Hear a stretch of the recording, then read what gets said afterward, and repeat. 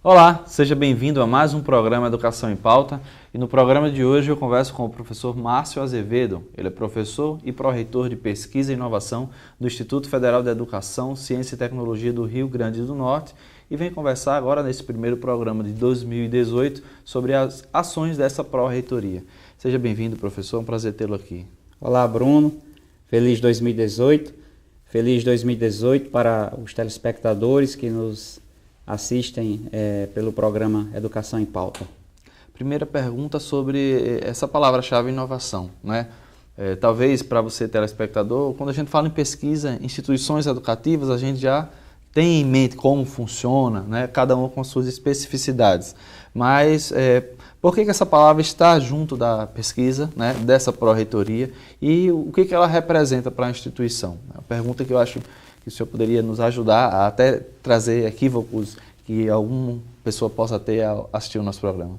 Então, é importante isso porque, inclusive, a inovação ela é tão antiga quanto a humanidade, né? O fogo, por exemplo, foi um processo de inovação. E, evidentemente, como outros processos importantes, a educação, a pesquisa,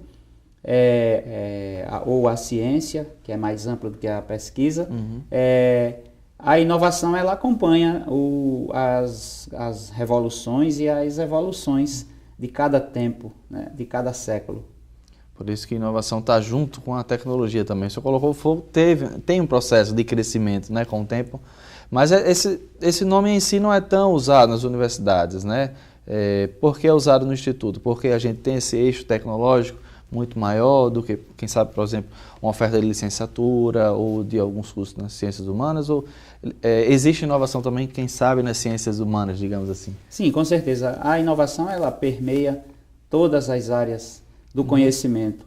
Não há nenhuma possibilidade, em que pese serem tratadas separadamente, né? Mas não há nenhuma possibilidade de se produzir o conhecimento sem ali estar implícita ou explicitamente um processo de inovação.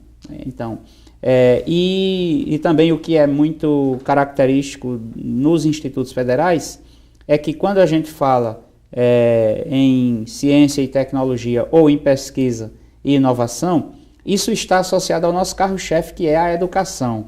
Então, falar de ciência, de tecnologia, de extensão, de inovação, isso sempre deve estar associado ao processo educacional. É a razão pela qual a gente trabalha com alguns conceitos que só são discutidos no âmbito dos institutos federais ou de quem trabalha com a educação profissional e tecnológica, que é a chamada pesquisa como princípio educativo ou a curricularização da pesquisa e da tecnologia. Isso porque são processos que devem estar associados ao processo de escolarização e não só da formação acadêmica em nível superior de graduação e de pós-graduação. Professor, como é que funciona essa pró-reitoria, tendo em vista tantos campos que hoje existem no Rio Grande do Norte e também a variedade de cursos, né? Desde a graduação, pós-graduação, tecnológicos, técnicos e por aí vai, né? Como é que funciona dentro de uma pró-reitoria que assume esse papel na instituição? A pró-reitoria de Pesquisa e Inovação, ela é composta pelo pró-reitor, por uma secretaria executiva, e nós temos duas pastas sistêmicas. A Diretoria de Inovação Tecnológica, a DITEC, na qual incorpora o NIT, o Núcleo de Inovação Tecnológica, e nós temos também a coordenação da editora, em que pese se chama coordenação, mas ela tem um caráter sistêmico, e a coordenação da editora ela não trabalha apenas com a editora, ela trabalha com a editora, ela trabalha com os periódicos, revistas, né? Com as revistas, ela trabalha com bases de dados e repositórios também? Com o repositório. Uma boa pergunta essa sua. Até meados de 2017, o repositório institucional, ou o nosso chamado Memoria, ele estava associado à Pró-Reitoria de Pesquisa e Inovação sob a coordenação da editora. Mas num diálogo interno e com o próprio comitê gestor do Memoria, no segundo semestre de 2017, o repositório institucional passou a fazer parte da Pró-Reitoria de Ensino, visto que aquela Pró-Reitoria vem discutindo a formatação de um sistema de bibliotecas. Fazemos votos que possa, né, consolidar ainda mais esse conselho. Professor, eu queria que o senhor pudesse falar sobre algumas ações de 2017, né, a política de inovação, política editorial, conselho editorial, como é que aconteceram essas ações? Eu diria que nós tivemos, em que pese todo o processo, toda a crise que nós temos passado no país, com reflexo nas instituições como a nossa, 2017 foi um ano de muitas conquistas no âmbito da Pró-Reitoria de Pesquisa e Inovação. Nós tivemos a aprovação da política de inovação, como você mencionou, à luz do novo marco de ciência e tecnologia. Isso traz uma série de regulamentações importantes para se trabalhar, inclusive, junto a setores do mundo do trabalho, como empresas e organizações sociais. E isso também é importante, a política de inovação, porque ela nos aproxima cada vez mais da fundação de apoio, porque é exatamente muitas ações que podem ser desenvolvidas por meio da política de inovação serão por meio da fundação de apoio, a FUNCERN. Certo. Consolidar ainda mais nessas ações. E em relação à política editorial, a gente já falou um pouco sobre a editora, né? Mas a editora, diga-se de passagem, a editora que fica no Campus Natal Central, é isso? Não, fica na própria reitoria. Na própria reitoria e atende sistematicamente, né, a todos os campos. O conselho editorial também. Eu queria que o senhor pudesse falar um pouco como é que funcionam os editais de uma pró-reitoria nesse sentido, né? Isso. Antes de falar nos editais, me permita, Bruno, mencionar o aspecto da política editorial da editora e do conselho editorial. Nós aprovamos a política editorial e nós reconfiguramos o conselho editorial, que antes era formado por 6 membros e agora nós temos mais de 30 membros. Fizemos um processo de escolha pública, né? E hoje nós temos, além de servidores do Instituto Federal no Conselho Editorial, nós temos membros externos da Universidade Federal do Rio Grande do Norte, da Universidade Comunitária do Chapecó, da Universidade de Grenoble, França, e da Universidade do Minho, Portugal, que são instituições com quem nós celebramos convênios. Então isso vem consolidar ainda mais, né? Ainda mais. São quantas revistas? Como é que funcionam essas pesquisas por parte da distribuição, digamos assim, da divulgação científica? Então, nós temos, nós tivemos, inclusive, em 2017, a celebração dos 12 anos da existência da editora. E essa celebração foi marcada durante a CCTEX, que foi realizada na Ilha de Santana, em Caicó, com o lançamento de um catálogo que mostra todas as publicações nesses anos todos. É interessante observar que nós temos aproximadamente 300 obras, entre e-books e livros físicos, e quase 50% desse acervo foi publicado nos últimos 2 anos. Então isso mostra de fato que essa reconfiguração do trabalho em torno da editora trouxe frutos profícuos, né? E são 6 periódicos. Alguns periódicos, os editores-chefes vinham com dificuldades, porque tudo isso, a administração desses periódicos seguem critérios estabelecidos pela CAPES, e isso reflete inclusive na avaliação dos programas também, né? Institucional. Então nós conseguimos criar uma sistemática de interação e também de assessoramento e de capacitação desses editores. Alguns com mais experiência, dialogando com outros que ainda estão trilhando esse caminho da administração de periódicos. Em meio à crise, a gente está trabalhando bastante, né, professor? Estamos trabalhando firmes. E agora, em relação a esses editais, né, como é que funcionam as ações também dessa pró-reitoria, de inovação e pesquisa? É curioso observar que nós, em 2017, nós publicamos 17 editais. Foi uma média de 1 edital e meio por mês. Né? E nos bastidores, Para se publicar um edital é muito trabalho, porque tem uma dinâmica. Os editais eles sempre são publicados envolvendo o Comitê de Pesquisa e Inovação, que é formado pelos servidores que trabalham na Pró-Reitoria de Pesquisa, pela Diretoria de Pesquisa e Inovação do Campus Natal Central, pelas assessorias de pesquisa, que é o caso do Campus EAD e dos Campi Lages e Parelhas, e pelas coordenações de pesquisa e inovação, que em cada campus tem uma coordenação constituída. Então, os editais eles são discutidos previamente com esse comitê. A Pró-Reitoria de Pesquisa coleta essas informações, condensa essas informações.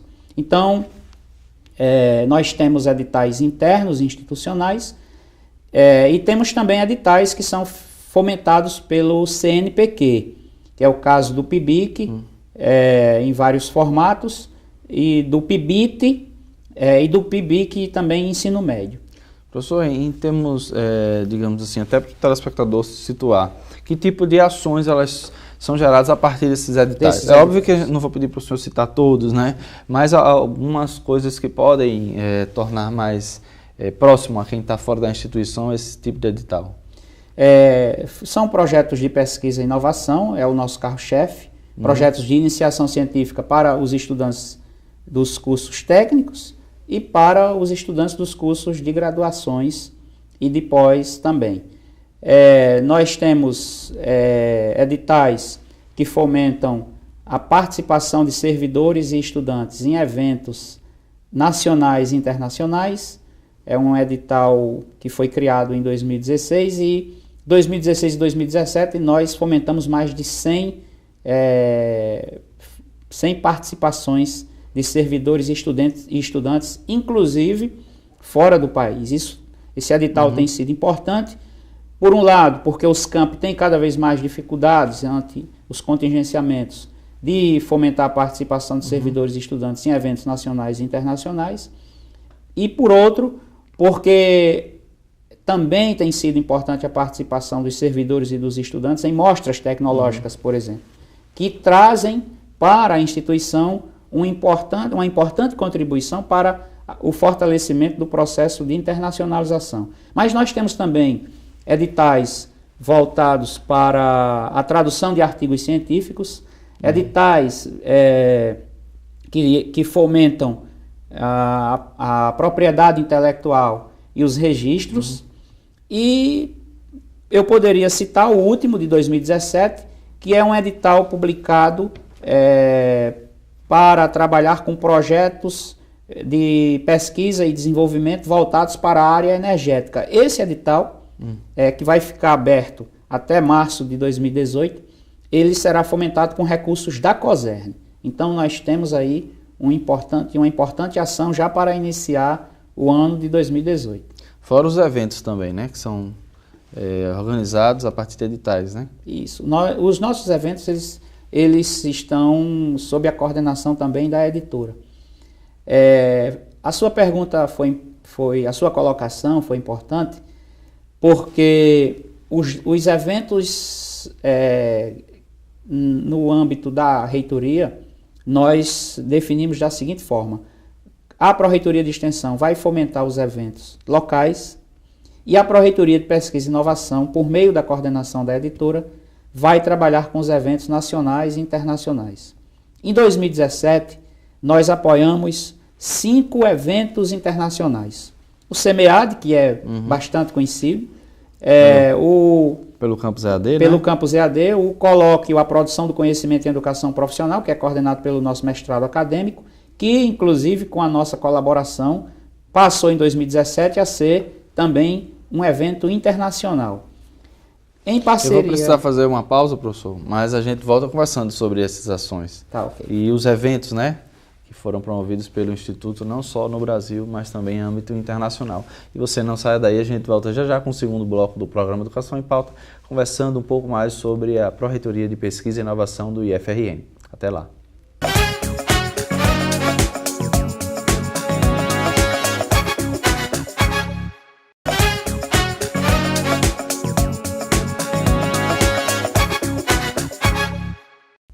Voltamos no intervalo e eu continuo a conversar com o professor Márcio Azevedo. Ele é pró-reitor de Pesquisa e Inovação do IFRN e a gente está conversando exatamente sobre os projetos, né, de eventos e cooperações a partir dessa pró-reitoria. Professor, o senhor falou do SEMEAD, né, que é um Seminário Internacional de Educação à Distância. Tem outros eventos que eu gostaria que o senhor pudesse conversar mais, porque penso que talvez com essa chancela da pró-reitoria eles ganhem uma repercussão muito maior. Isso. Como eu disse anteriormente, em 2017 nós fomentamos 5 eventos internacionais. Já citei 2, é importante citar um. Em fevereiro de 2017, nós recebemos a comitiva da Universidade do Minho para uma agenda oficial com o reitor, no momento em que também seria discutido o convênio, os 5 anos do convênio do IFRN com a Universidade do Minho e as perspectivas. E com essa comitiva veio um professor da Universidade de Cabo Verde, cuja finalidade foi exatamente discutir a nossa participação num evento sobre questões curriculares que seria realizado na cidade de Praia, em Cabo Verde. Então, esse evento foi realizado em julho, em Cabo Verde, e o IFRN foi co-organizador desse evento. Então, extrapolou foi o terceiro colóquio luso-afro-brasileiro de questões curriculares. De questões curriculares. Depois nós apoiamos ainda o Jorneduc, o segundo Jorneduc, que foi realizado aqui no campus Natal Central, e o evento Escola Brasil-França, que é um evento que envolve uma parceria já consolidada também com a Universidade de Grenoble, França, cujo evento foi realizado em 2016 na França e em 2017 aqui no IFRN, sob a responsabilidade de professores de ATINF aqui do campus Natal Central. Professor, o senhor falou essa questão da cooperação com a Universidade do Minho, né? E eu queria fazer uma pergunta, desde quando já existe essa cooperação, né? O senhor colocou 5 anos, não é isso? Como é que funciona? Professores, funcionários, servidores também podem fazer esse aperfeiçoamento, essas idas e vindas de professores, como é que funciona essa dinâmica? Então, quando o convênio foi concebido na gestão do professor Belchior como reitor e o professor José Ivan como pró-reitor de Pesquisa e Inovação, e ainda a diretoria de gestão de pessoas, porque a ação ela é coordenada pela pró-reitoria de pesquisa, mas é um fomento de capacitação. Inclusive, conversando com o professor Marcelo Camilo, assessor de Relações Internacionais, ele me dizia que esse convênio com a Universidade do Minho é um dos maiores programas de capacitação internacional do Brasil. Do Brasil. Do Brasil. Poxa, Então, inicialmente, quando o convênio foi concebido, a ideia era de formar até 100 doutores e alguns pós-doutores, o que é muito importante também não só para a internacionalização, mas para a consolidação dos programas de pós-graduações estrito sensu, mestrados, que é o nosso caso, e naquele momento docentes, né? O foco era a capacitação de docentes. O convênio ele foi organizado de forma que os candidatos poderiam escolher 4 escolas de formação na Universidade do Minho: Educação, Ciências Sociais, Engenharia e Ciências. Em 2017, quando nós recebemos a comitiva, nós fizemos um balanço conjunto.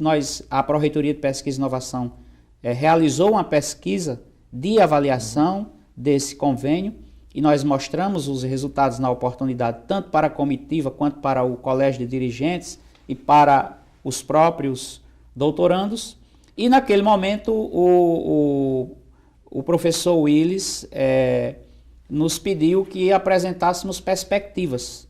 Quando ele assumiu em 2016, ele nos pediu que, além do que já vinha sendo feito, a gente pudesse abrir perspectivas. Então, quando nós recebemos a comitiva em 2017, ficou acertado que, como perspectiva, nós começaríamos a nos envolver com a organização de eventos, com publicações conjuntas, e à medida em que as defesas fossem ocorrendo, nós temos aí hoje, nós temos um número real aí de quase 60 doutorandos que iniciaram, e nós já temos aí mais ou menos 1/3 das teses defendidas. E, para resumir, em 2017, nós abrimos turmas de mestrado, preferencialmente para técnicos administrativos. Por quê?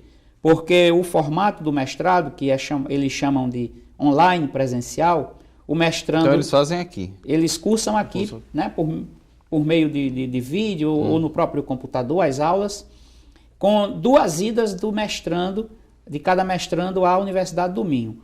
Uma ida no primeiro ano, a primeira ida de um grupo de mestrando já aconteceu em 2017, e uma segunda ida para defender, como também a vinda de professores da Universidade do Minho para a realização de eventos. Então foram 50 mestrandos selecionados, e na oportunidade, inclusive, quando isso foi pensado, o professor Willis disse, vamos dar um boom aí, tentar dar um boom na capacitação de técnicos administrativos. Há uma perspectiva para que, pós finalização desses, possam abrir outras vagas também? Sim, com certeza. Já agora, no início do ano, nós, após é importante dizer também que que nesse processo de avaliação, tanto do doutorado quanto do mestrado, nós instituímos coordenações acadêmicas. Então, na Universidade do Minho, cada escola de formação possui um coordenador acadêmico que responde.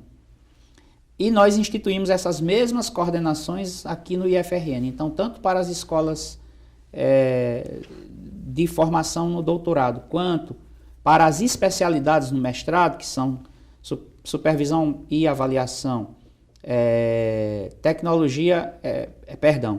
avaliação e currículo, supervisão pedagógica para o ensino de ciências, tecnologia educativa e sociologia e políticas educativas. Então, também para cada especialidade dessa tem um coordenador acadêmico, e para o mestrado nós instituímos uma coordenação geral, específica, que é o professor Belchior, que foi o primogênito desse convênio, que tem uma experiência, já sabe muito bem como funciona, né?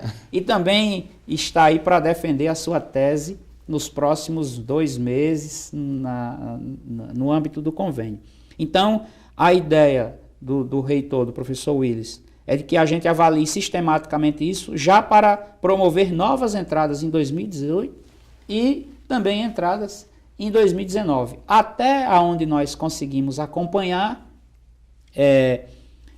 as aulas estão ocorrendo tranquilamente, os servidores não precisam sequer se deslocar dos seus campos, eles assistem, é uma formação em serviço que é legalmente permitido, né? Ou seja, não precisa se ausentar não precisa serviço, se ausentar, salvo algumas exceções, eventualidades.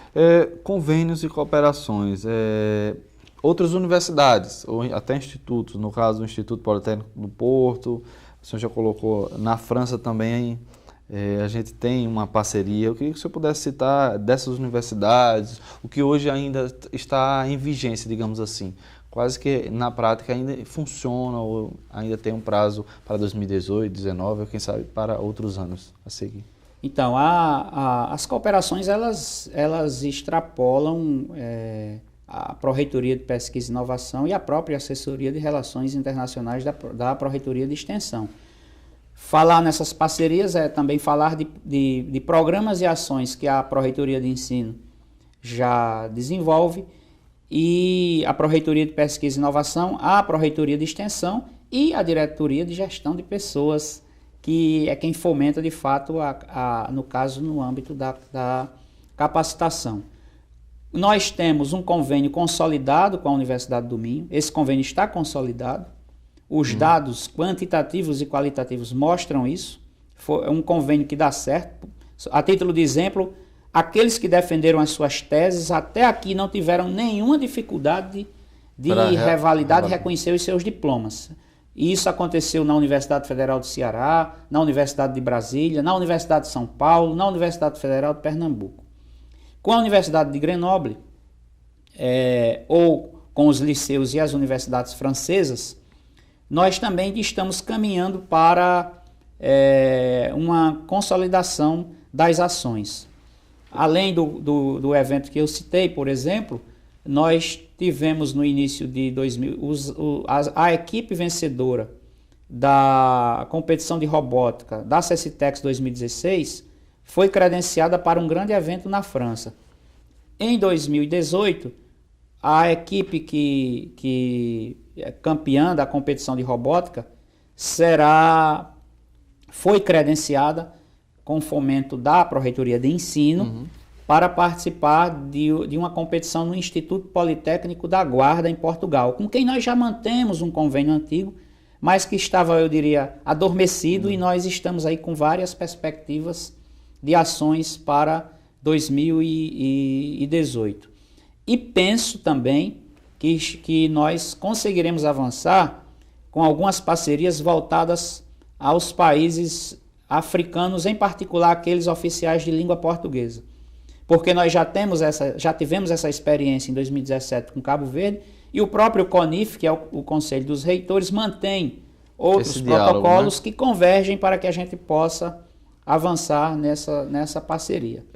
Essas cooperações, ou sistematicamente elos com outras instituições, são, na verdade, uma forma, além de ressaltar o trabalho, mas também de sobreviver mediante esse tempo de tantos cortes?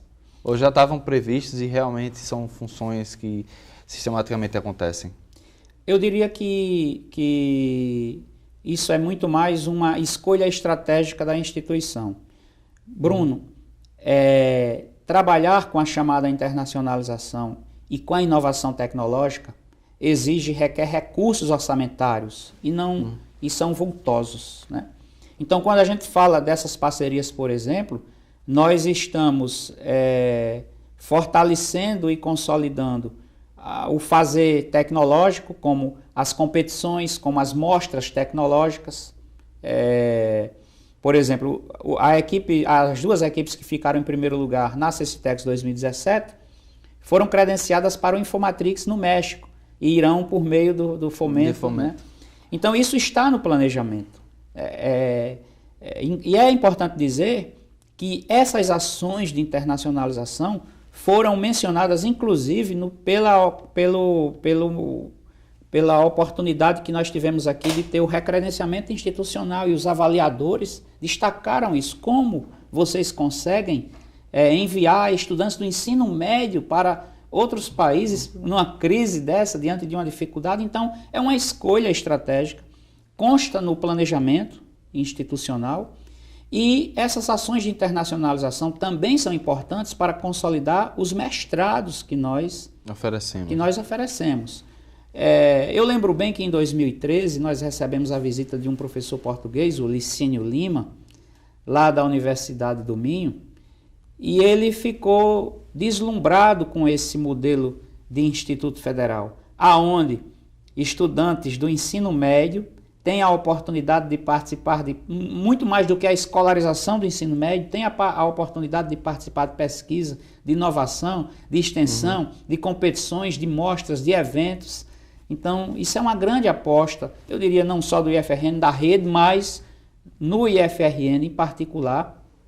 É uma escolha estratégica muito bem pensada, muito bem planejada, e essa tem sido a orientação. Começa dos professores na sala de aula, né? Isso tudo começa na sala de aula, né? Tudo começa na sala de aula. É por isso que é importante que todos os processos que nós pensamos não percam de vista o nosso maior foco, que é educação, né? Nós somos um instituto de educação, de ciência e de tecnologia. Ok, professor. Infelizmente o nosso tempo acabou, mas eu agradeço mais uma vez pela entrevista.